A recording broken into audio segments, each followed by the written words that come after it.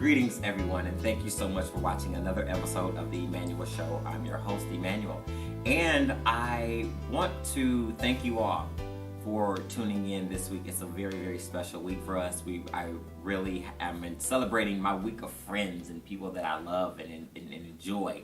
And there is this one young lady I want to introduce you all to. She is strong, beautiful, should be a model, but nevertheless, she is still very much a strong advocate for motherhood and understanding that her journey is very, very strong and she's going forward without fail. And I want some of the mothers out there who's watching this to understand that your life doesn't end in motherhood. It just begins, and that this is a true journey for you. Ladies and gentlemen, I introduce you all to Mrs. Jalani Jackson. Hello. Hello, darling. Hello, darling. How are you? How are you today? I'm just peachy. Peachy, darling. Isn't that the fruit of a life? Peach. Okay. Okay. I want people to know you, same you that I know. A woman that fights without fail, just knows that what she wants. So, tell me, who are you? For the people who don't know, tell them. Goodness, we'll be here all day. But I think that I am, first and foremost, I am a woman. I'm a survivor. And I'm a lover of seeing people live their best life, go through some things and recover from it, not getting down upon themselves. Because I think a lot of times we get so caught up in the bad moment, oh, this failed, or I didn't do this right, and we kind of stay stuck in those moments. But I'm definitely somebody who has been in those moments, who has been stuck in those moments, and I'm just here to tell people that there is life after those sucky moments in life. Oh boy, don't I know. But and that's one of the premises that I have for the show, is that there's life beyond what you see in front of you. That you don't have to be stuck where you are. You can literally go there. And a good quote, if I can, paraphrase Steve Harvey, he said in one of his episodes, life is full of hell, life is full of trouble. And if you're going to be in hell, why would you stay there? Don't stay there. Keep going. Every single day that you wake up is a blessing. Some people went to bed last night and didn't wake up this morning. So Definitely. just know that you don't have to stay in the hell that you in. And I mean, especially, I think about women with children in particular. I think a lot of times when we get pregnant and everybody is like, oh my God, you're having a baby, it's the greatest thing on earth, and it's just going to be so exciting, and you're just going to, oh my goodness, but people don't share the other side of motherhood. And not that, motherhood is not something that is, and it's probably cliche to say, it's probably the best thing that I've done with my life thus far. It's not the only thing that I've done with my life. And I think that because as women, we don't really sit down and talk about, this is hard. Like, this is not, the roses and berries that everybody talked about.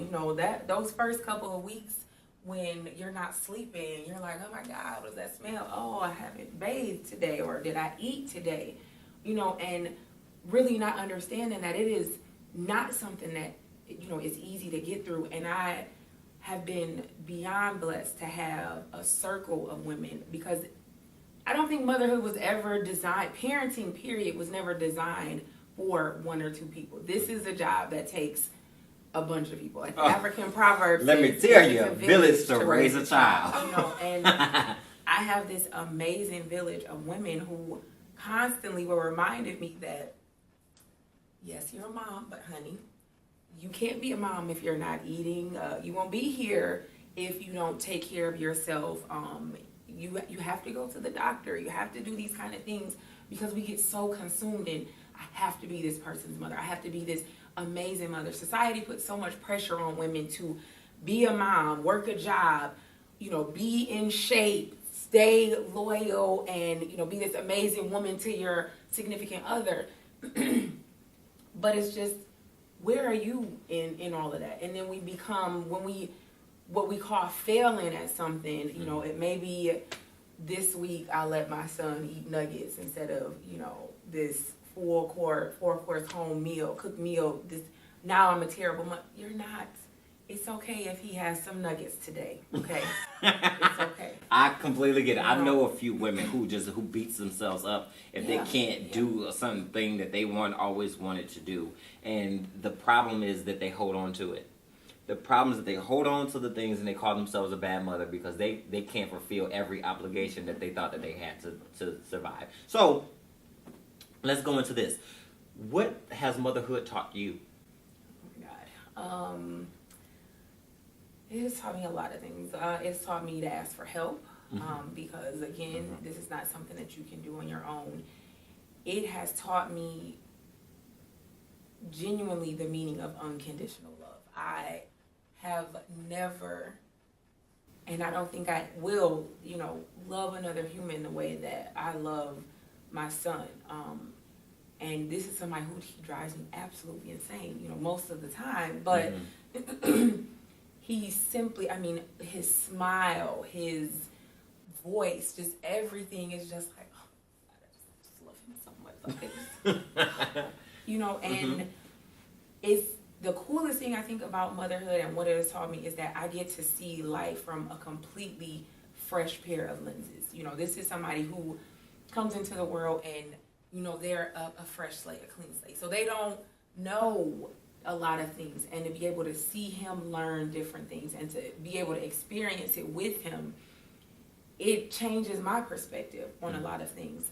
Motherhood has taught me to not take myself so serious, to say, like, listen, sis, yes, we got to do this load of laundry, but it's 85 degrees outside. We're going to go and run outside in the sprinkler. That laundry will be there.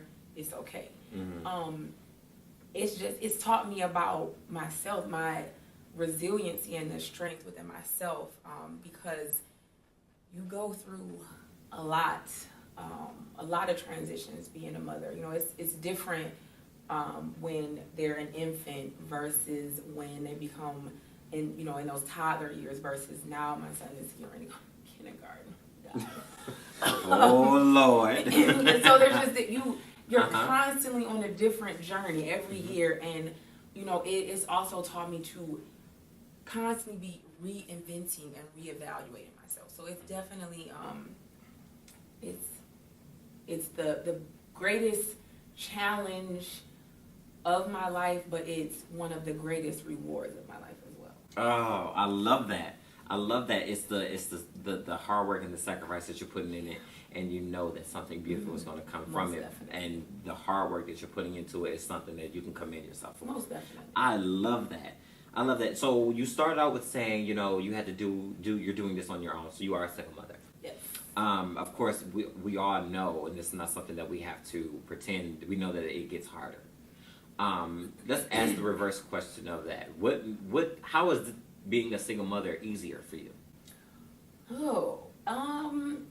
I would just say that there's not, and as much as I'm looking for a husband, you don't have that part of it. So I think it becomes difficult, and this is just parenting in general. It becomes difficult because you are literally splitting yourself into three. You got to take care of your husband, you got to take care of your kids, you got to take care of yourself, and so you're really trying to be this superwoman for everybody. And with it just being me and Trey, I can really just focus on him, and obviously taking care of myself, but really giving him the attention that he needs, because it's a challenge. When his father and I were together, it was difficult because it's just like, I don't want him to feel left out, because I know that it's a shift. You're used to being, it's just you and me all the time, and we can do whatever we want to do, but now there's this whole new, completely dependent human, and that maternal instinct is serious, is fierce, that mama bear, because it's just like, I gotta focus on him. And a lot of times I've talked to women, and they kind of, their relationship with their partner, it lacks at times. And that's when I always say kudos to men who do understand that there may be some times when this relationship is going to lag. It doesn't mean that it's going south or it's over. It's just, you have to, this person is completely dependent upon, you know, the mother and the father. And so I get, we may separate a little bit, but I commend, you know, those fathers who, and mothers, who realize that and accept that, because especially as a first-time mother, because of that, you know, societal pressure to be the perfect mom, you kind of get tunnel vision when it comes to that kid. Tunnel vision. Yes. So, in the process of, you know, you being a mother and you still taking care of yourself and you taking care of the kid and you trying to balance all these hats and the things that still bring you joy, you often put on the back burner. Have you been able to create a balance in that? Because some of the women that I've talked to, especially in regards to this topic, they still trying to figure out, how am I doing this and still making me happy? Like, so that puts a mirror in front of them just to pose the question. Have you found the balance in trying to find yourself happiness? I would say it's a forever journey to try and do that, because again, these are little humans who are totally dependent upon you. But what I had to realize is that my son benefits from me being happy. If I am miserable and sad and depressed, my son feels that, you know, and it has happened because once his father and I did separate, I know I went through a process of depression and, you know, blaming myself and, you know, just saying that because my parents have been married, my grandparents are married, marriage is the thing. Marriage and children, they go hand in hand. And so for me, it was really a dark time for me. And I didn't really know it was affecting my son until, you know, just his behavior changed. And then, of course, I went through the moment of, oh my God, I'm a terrible mom, because now I have dragged my son through all of these emotions. I'm somebody who is a very, very big believer in energies. And we always exchange them. That was my next question. You know, go ahead, we girl. want to or not. And so I am putting this negative energy on this person who does not deserve it at all. And that kind of, you know, like you were talking about, was that mirror for me where I gotta get my shit together. This is not okay. And so I started to do stuff that just was just for me, you know. Maybe even if it was when he goes to sleep, I'm in the basement and I turn on Beyonce and I do my own little singing concert to myself. Okay. Probably the worst singing voice ever, but it made me happy. And I found that building in those moments for myself made him happier. And it also taught him that, you know, I saw my mom go through this adversity, but I also saw her get through it. And I think that our children learn, yes, they learn a lot from us talking to them and telling them certain things, but they learn more from what they see. Yep. And so even to be able to show him sadness and, you know, depression and what that looks like, but also showing him that, you know, on my journey that there is a path to success and happiness and you can get through that. I think that is a life lesson, you know, that I'm for sure happy that I was able to teach him that. So have I found a balance? I think you're constantly, you know, with their changing stages in life, it's constantly going to be changing, because I look at my parents and they're like, you know, in the stage of raising kids where their kids are grown. And so they're out salsa dancing and all kind of craziness, you know, but still trying to find that balance of we want to be grandparents and things of that nature. So I think it's definitely going to, you know, it's going to be a minute before I find that perfect balance, but I'm just glad that I'm on this road, though, with him. That's good. That's good. If you could, okay, before I even jump into that question, I want to find out who motivates you to be a better mother. The first motivation to be a better mother is my child, because I see in him the potential to move mountains. And I mean, I know that's probably, you know, such a mother thing to say. No, but if that, some people don't even see that in their kids. So what you see in your child is very real. He is absolutely dynamic. You know, he is somebody that commands attention even when he's not really trying to. And so, you know, I see that greatness in him, and so it motivates me to be a better mother, you know, to learn as much as I can, because I want to make sure that I'm teaching him different things. And so he really is somebody, I mean, goodness. He's everything to you. Yes. So he's definitely the biggest, because I want him to have not a perfect life, because I don't think any of us will ever have that, but I want him to have a fulfilled life, you know? Yes. If you had to sum your life up in 3 words, what words would they be?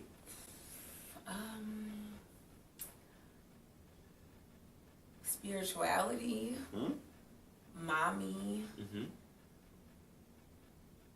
woman. Oh, I love that.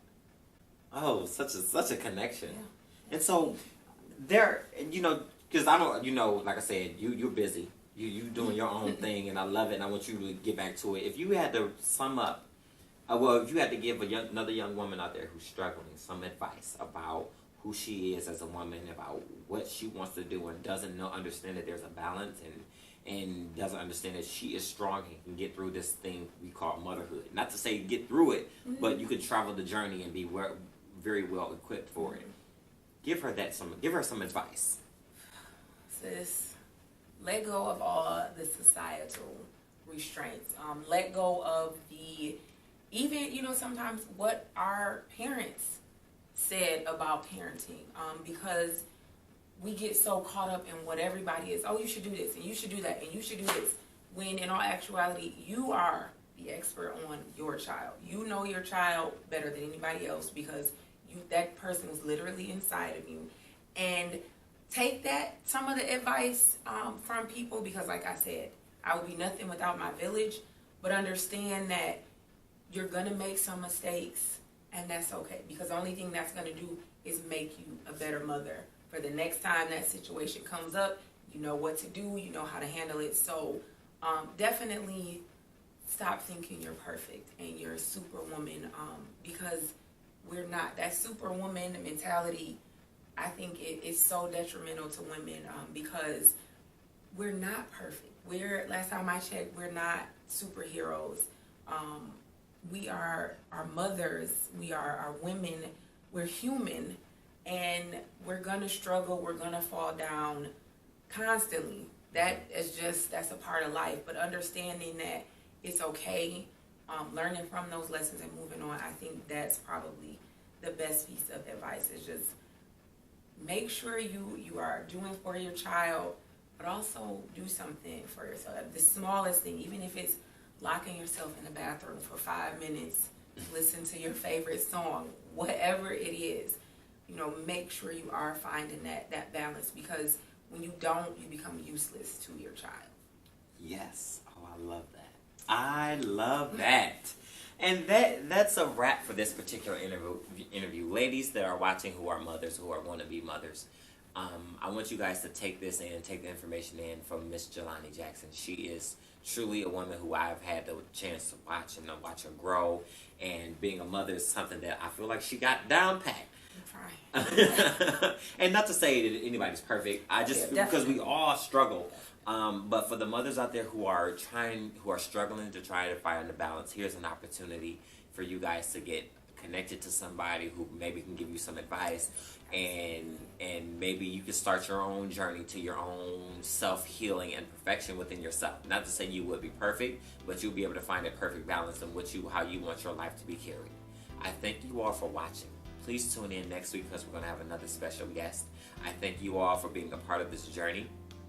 This is my Friends Week, so just know that you guys are connecting. I'm connecting you to the people that mean the most to me, and that these stories that we're telling are for you, not for me. This platform is for you, not for me. Thank you all. God bless you. And like I say at the end of every single interview, live the best life that you know how to live. From my heart to yours, be true to yourself. God bless you all, and I'll see you all next time. Yay! I want to thank you all for watching another episode of The Emanuel Show. Here's a sneak peek of what's coming next week. As long as your hair is growing out of your scalp, that is good hair. Okay. Good hair is hair on your head. A lot of people take good hair into the realm of loose curls and the fine texture, but that's not what it is. Hair is the purpose of hair, I should say, is to adorn and protect.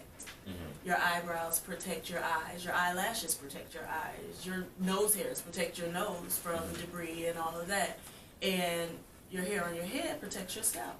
So good hair is just hair growing out, you know? The hair coming out. So but you can take hair that's growing out of your scalp and turn it bad. And that's where people kind of get it mixed up. It's not. See, this episode and many more like it, I ask you guys to watch and log on to www.theemanuelshow.com. We also ask you guys to follow us on Facebook, follow us on Instagram, tweet us, and become a subscriber to our YouTube channel. I thank you all again for watching. Follow us on all of our social media. Like and comment on everything. We want to know your output. We want to know your feedback. Thanks again.